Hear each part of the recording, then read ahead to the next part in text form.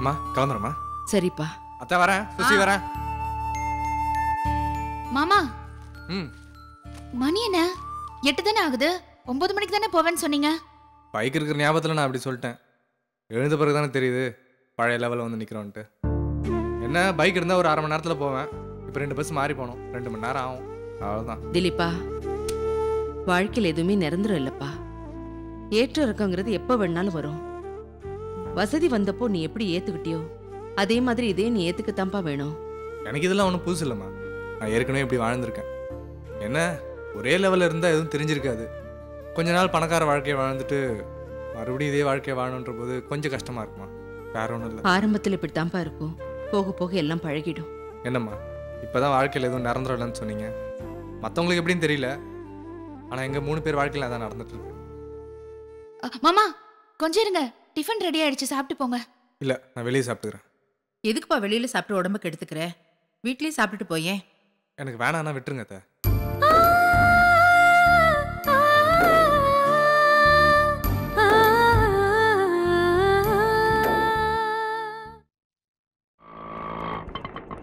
திலீப்பா,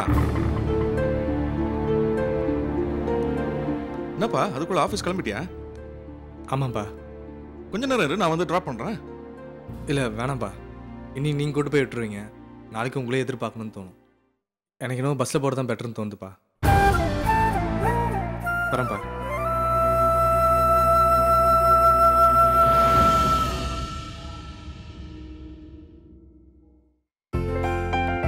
சுசி,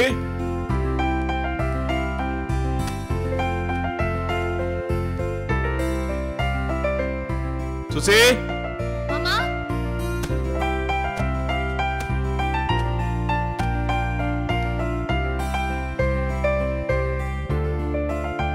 என்ன மாமா? வாமா இதை புடி. என்ன மாமா இதெல்லாம்? சொல்றேன்.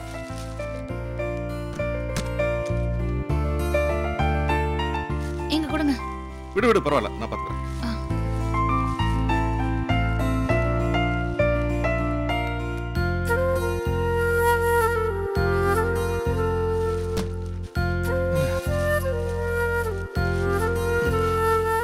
தம்பி, என்னப்பா இது? இதெல்லாம் எதுக்கு வாங்கிட்டு வந்த? உங்களுக்காக தான். நீங்க வசதியாகவே இருந்து பழக்கப்பட்டவங்க. நேற்று நீங்க கட்டில் இல்லாமல் ஏசி இல்லாமல் சிரமப்படுறத பார்த்தேன். மனசு தாங்கலை, அதான் வாங்கிட்டு வந்துட்டேன்.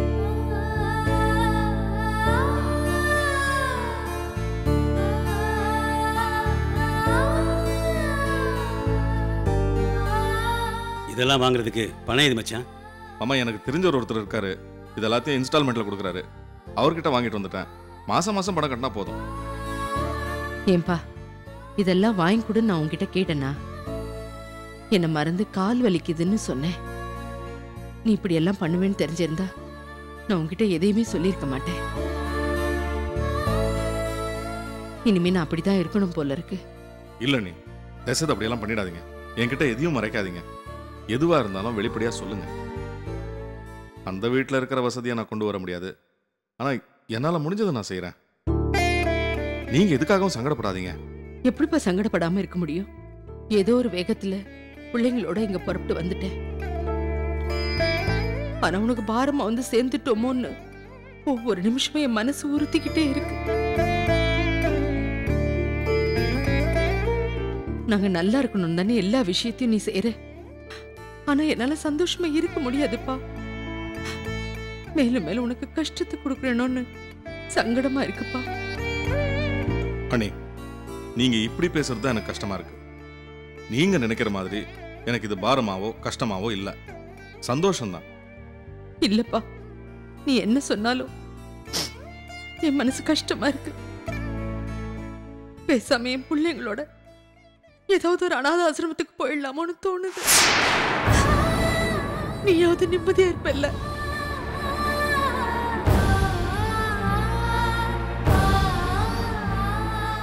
என்ன நீ சொல்றீங்க?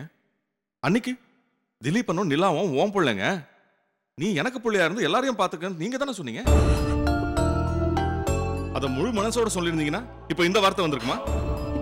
இல்லப்பா, வந்து அண்ணி போதும். நீ உங்களை கெஞ்சி கேட்டுக்கிறேன். இப்படியெல்லாம் பேசி என் மனசை நோகடிக்காதீங்க. சிவனேசா, இவங்களுக்காக நீ செஞ்சு கொடுக்கற வசதியெல்லாம் சரிதான்ப்பா. ஆனா ஏற்கனவே வீட்டுக்கு வாங்கின கடனுக்காக மாசம் மாசம் தவணை கட்டிட்டு இருக்க. மளிகை சாமான், அரிசின்னு இன்னும் மற்ற செலவெல்லாம் இருக்கு. நீ கொண்டு வர வருமானம் அதுக்கே சரியா போயிடுமே. இந்த பொருளுக்கெல்லாம் எப்படிப்பா பணம் கட்டுவ? அக்கா, அதெல்லாம் ஒரு பிரச்சனையே இல்லை. ராத்திரி சவாரி எக்ஸ்ட்ரா ஓட்டினா போதும், சரியா இருக்கும். தயவுசெய்து இதை பத்தி யாரும் பேசாதீங்க இனிமே. அப்பா, நீங்களும் தனியா எவ்வளவுதான்ப்பா கஷ்டப்படுவீங்க? நான் வீட்டுல சும்மா தானே இருக்கேன். நான் வேலைக்கு போய் ஏதோ மாசம் 2000 3000 கிடைச்சா உங்களுக்கு உதவியா இருக்கும்லப்பா. நீ கண்டிப்பா வேலைக்கு போகணுமா, அதை நான் என்னைக்குமே தடுக்க மாட்டேன். ஆனா அந்த வேலை உன் மனசுக்கு பிடிச்சதா இருக்கணும். நீ படிச்ச படிப்புக்கு ஏத்துதா இருக்கணும். ஏதோ அப்பா கஷ்டப்படுறாரு, அவருக்கு பண உதவி செய்யலாம் அப்படிங்கிற எண்ணத்துல மட்டும் நீ வேலை செய்யக்கூடாது. புரியுதா? சிவனேசா, உன்னை தவிர வேற எந்த அப்பாவாலையும் இப்படி எல்லாம் பண்ண முடியாதுப்பா. இவங்க எப்பவுமே உன் பிள்ளைங்களா இருக்கிறதுக்கு காரணம் எப்பவுமே நீ இப்படி நடந்துக்கிறது தான். குடும்ப கஷ்டத்துக்காக பிள்ளைங்களை வேலைக்கு அனுப்புற அப்பாக்களை தான் பார்த்திருக்கேன். ஆனா நீ இந்த விஷயத்திலயும் வேற மாதிரி இருக்கியப்பா.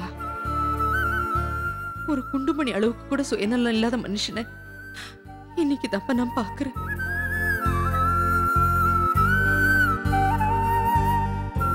பேசுற வார்த்தை, செய்யற காரியம் ஒவ்வொன்னுலயும் நீ பிள்ளைங்க மேல வச்சிருக்கிற அக்கறை மட்டும்தான்ப்பா எனக்கு தெரியுது. நீ இவ்வளோ பாசத்தோட இருக்கிறதுனால தான் பிள்ளைங்களும் உன் மேல உயிரா இருக்காங்க. எத்தனை ஜென்மம் எடுத்தாலும் சரி, இந்த பந்தத்தை மாற்றவும் முடியாது, பிரிக்கவும் முடியாதுப்பா. அண்ணி, நான் செஞ்சதெல்லாம் சாதாரண விஷயம்தான். நீங்க தான் அதை பெருசா பாக்குறீங்க. சரி அண்ணி, நான் சவாரிக்கு போயிட்டு வந்துடுறேன். சரிப்பா. நீங்க நைட்டு படுக்கும்போது நான் வந்து கொசுவில் மாட்டி கொடுத்துறேன். வரேனே, வரக்கா.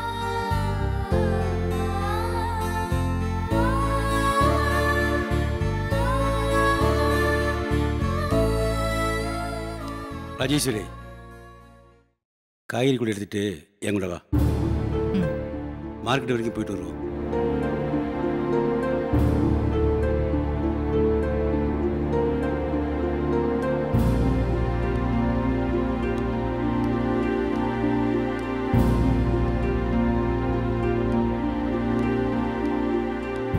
என்ன ராஜ் இதெல்லாம்? மச்சான் அந்த பிள்ளைகளுக்காக போதுன்ற அளவுக்கு உழைச்சி கூட்டிட்டாரு. இப்போ என்னடா பிள்ளைகளோட அந்த அம்மாவும் சேர்ந்து வந்துருச்சு. இப்படி ஏர் கூலரு மெத்தேரி இப்படி செலவு பண்ணிட்டு இருந்தா எப்படி கட்டுப்படி ஆகும்? மச்சான் இதெல்லாம் யோசிக்கவே மாட்டாரா? எனக்கும் புரியுதுங்க. ஆனா இந்த சமயத்துல நம்ம எது சொன்னாலும் தப்பா போயிடும். அதுக்காக நடக்கிற கூத்துல வேடிக்கை பார்க்க சொல்றியா? நாமளே உலகாலம் கொசு கடியில இதே வீட்டில் தானே இருந்தோம். அந்த அம்மா நாள் இதெல்லாம் பொறுத்துக்க முடியாதா? அவங்க நான் வானத்தில் இருந்தா குச்சாங்க. எங்க நீங்க கேட்கறதெல்லாம் நியாயம்தா. நம்ம குடும்ப சூழ்நிலை நல்லா தெரிஞ்சும் அவன் தேவையில்லாத வேலையெல்லாம் பண்ணிட்டு இருக்கான். ஆனா இதெல்லாம் எடுத்து சொல்லி புரிய வைக்க அவன் ஒன்றும் சின்ன குழந்தை இல்லையே. மச்சாங்கிட்ட இப்போ பேசுறதெல்லாம் வேஸ்ட்டு தான். எதையும் கேட்குற நிலைமையில அவன் இல்லை. நான் அந்த அம்மாவை அப்பாவின்னு நினச்சேன். அது ரொம்ப விவரமான ஆளாக இருக்கும் போல தெரியுதே. வந்த 2 நாளில் ஏர்கூலர் மெத்தின்னு வாங்க வச்சிருச்சே. இப்படியே போயிட்டு இருந்ததுன்னு வையே, பேசி பேசி சிவிலேஷன் மொட்டை அடிச்சிடும். இதெல்லாம் எங்கே போய் முடியுதுன்னே தெரியல.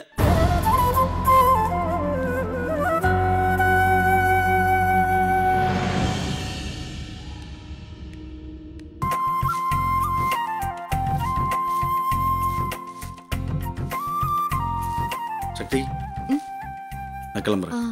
மதியானம் லஞ்சுக்கு வீட்டுக்கு வந்துடுறீங்களா? எனக்கு அவ்வளோ டயர் இருக்காதுன்னு நினைக்கிறேன். இன்னைக்கு ஒரு நாள் மட்டும் வந்துருங்க. நாளையில இருந்து நான் சமைச்சு கட்டி கொடுத்துறேன். சரி. என்னப்பா ஆபீஸ்க்கு கிளம்பிட்டியா? ஆமாம்மா. சக்தியை கூட்டிட்டு பீச் அங்க எங்கன்னு கூட்டிட்டு போக கூடாதா? இல்லைம்மா, ஆஃபீஸில் நிறைய வேலை இருக்கு. எம்டி வேற ஃபாரின் போயிருக்காரு. நான் தான் இருந்து பார்த்துக்கணும். ஏன் அந்த வேலையெல்லாம் வேற யாரும் பார்க்க மாட்டாங்களா? சரி, மத்தியானம் சாப்பாட்டுக்கு எப்படி? அவர் வீட்டுக்கு வந்துடுறாரு அத்தை. ஒர்க் முடிச்சுட்டு சீக்கிரம் வந்துடுறேன். பாய் சக்தி. பாய்.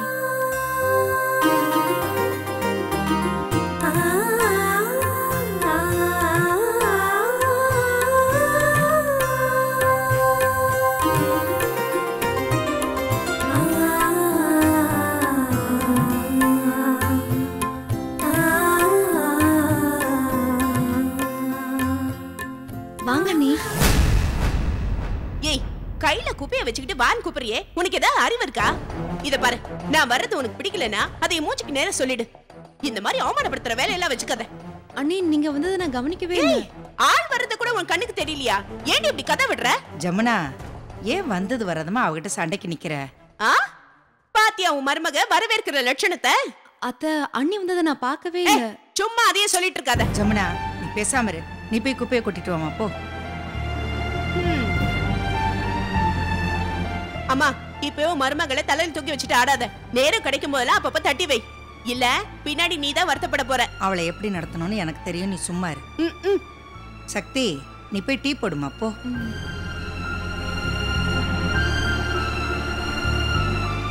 ஏமா இன்னைக்கு அவ சமூக சேவை செய்யறதுக்கு போலியா? சமூக சேவையா? என்ன சொல்ற நீ? அதாமா, ஹாஸ்பிட்டல் டியூட்டிக்கு போலியான்னு கேட்டேன். கல்யாணத்துக்காக ஒரு வாரம் லீவ் போட்டிருக்கா. அதுக்கப்புறம் வேலைக்கு போவா. ஓ, அப்போ டே ஷிஃப்டா இல்ல நைட் ஷிஃப்டா? மாறி மாறி வரும் போவா. ஆமா, நீயே இவ்வளவு அக்கறையா அதை பத்தி கேக்குற? காரணமாதாமா, நம்ம லக்ஷ்மி பகல்ல வேலைக்கு போனா நைட்டு வீட்டுக்கு வருவான்.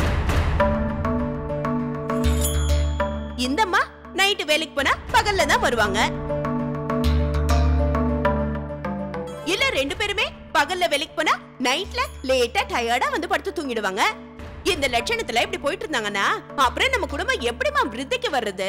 நிறைய குடும்பத்துல இதே நிலைமைதான். அவங்க எல்லாம் குடும்பம் நடத்தலையா, குழந்தை குட்டி பெத்துக்கலையா? அம்மா, மத்தவங்கள விடுமா. அவ வேலைக்கு போகணும் நமக்கு என்ன அவசியமா? இவ சம்பாரிச்சுதான் நம்ம வீட்டுல அடுப்பேறிய போதா என்ன? இத பாரு, இதுல ஒரு முக்கியமான விஷயமும் இருக்கு. வேலைக்கு போய் வர எந்த மருமகளுமே மாமியார மதிச்சதா சரித்திரமே இல்ல.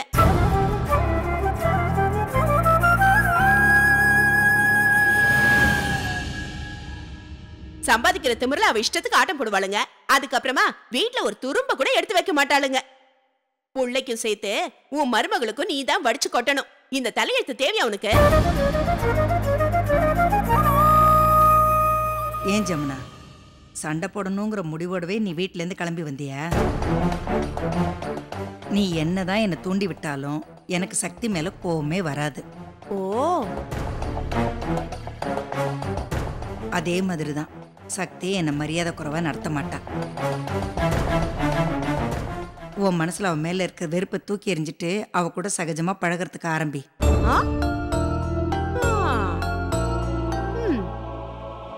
லக்ஷ்மி தான் புது மாப்பிள்ள மயக்கத்துல இருக்கான்னு நினைச்சேன். இப்பதான் தெரியுது நீயும் புது மாமியார் மயக்கத்துல இருக்க போல் இருக்குமா. நான் என்ன சொன்னாலும் இப்ப உனக்கு ஏறாது. ஆனா பிரச்சனைன்னு வரும்போதுதான் அடடா அவ சொன்னாலே அது உண்மைன்னு உனக்கு அப்ப புரியும்.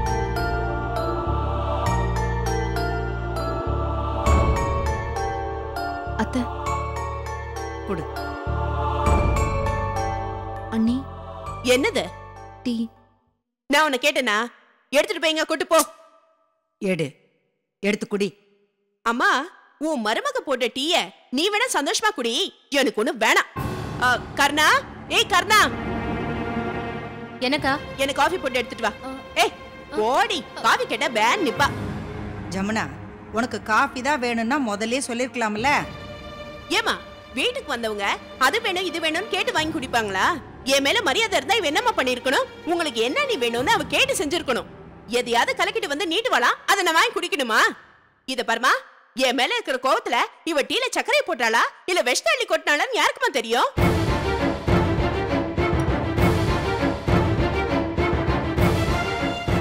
வாய் வாய், உன்னெல்லாம் திருத்தவே முடியாது.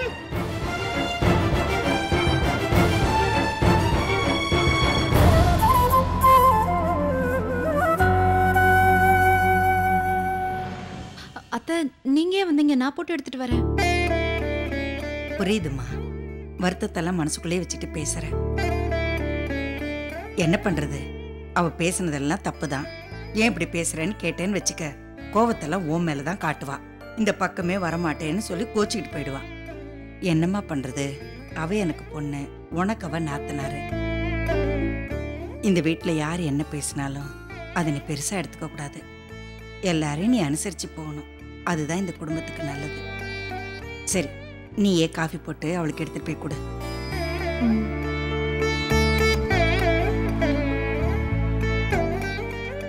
அண்ணி, நீங்க இப்ப என்ன யோசிச்சுட்டு இருக்கீங்கன்னு சொல்லட்டுமா? உங்க வீட்டு ஆளுங்க யார் கூடயும் பேசக்கூடாது, பார்க்க கூடாது, அவங்க கூட உறவே நீங்க வச்சுக்க கூடாது. ஆனா இங்க யாரு என்ன சொன்னாலும் அதை பெருசா எடுத்துக்கூடாது, விட்டு கொடுத்து போகணும். அதானே யோசிச்சுட்டு இருக்கீங்க? ஏய் அப்படிலாம் இல்ல. ஏன் நீ போய் சொல்றீங்க? எனக்கே இப்படி தோன்றப்போ உங்களுக்கு தோணாமலையா இருக்கும்? எல்லா மாமியாரும் ஒரே மாதிரி தான்.